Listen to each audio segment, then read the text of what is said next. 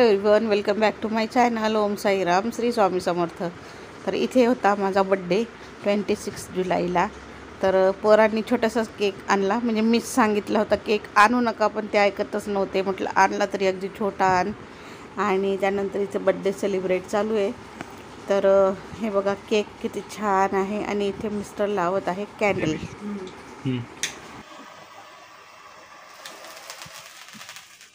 खाली देतो.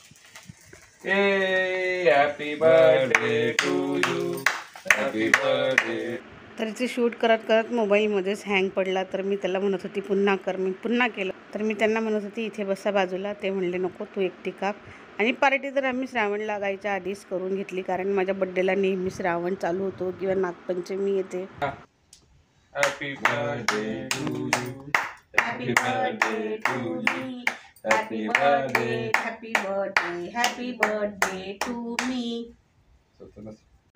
तर इथे बड्डेचा केक झाला आहे कापून आणि त्यांना आता खाऊ घालेल. पहिले ते मला खाऊ घालत आहे.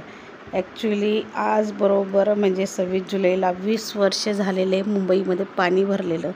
त्याच दिवशी माझा बड्डे पण होता आणि मी माझ्या लहान बाळाच्या वेळेस प्रेग्नेंट होती. तर तो पण 20 वर्षाचा झाला आहे.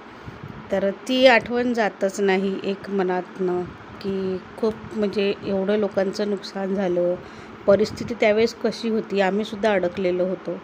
तर ते विसरता येतच नाही. बड्डे आला म्हणजे मला ते दिवस खूप आठवतात, की म्हणजे मला तर खूप कसं तरी रडायला येत होतं, की माझी तशी परिस्थिती होती. मी प्रेग्नेंट होती.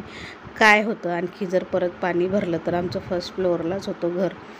तर चला, जसं जसं काळ जातो तसं विसरलं होतं, पण अशा आपल्यासोबत घडलेल्या गोष्टी आपण विसरू नाही शकत. पण आनंद साजरा करूनच पोरं वगैरे वगैरे केक वगैरे आणतात, तर मग तेवढं करावंच लागतं. आता एवढ्या वर्षातनं पहिली वेळ आलेलं माझ्या बड्डेच्याच दिवशी असं झालेलं.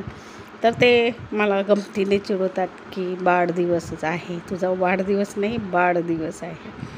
चला, कसा वाटला व्हिडिओ छोटासा बड्डे सेलिब्रेशन कसं वाटलं? तर मला तर खूप छान वाटलं. आणि चला मग भेटूया पुन्हा नवीन व्हिडिओमध्ये. तोपर्यंत टेक केअर, बाय बाय. आणि व्हिडिओ खरंच आवडला असेल तर लाईक करा, शेअर करा आणि सबस्क्राईब करायला विसरू नका. असेच नवीन व्हिडिओ तुम्हाला बघायला मिळतील. तर शेअर नक्की करा आणि कमेंटसुद्धा करा. चला भेटूया नवीन व्हिडिओमध्ये. Bye bye.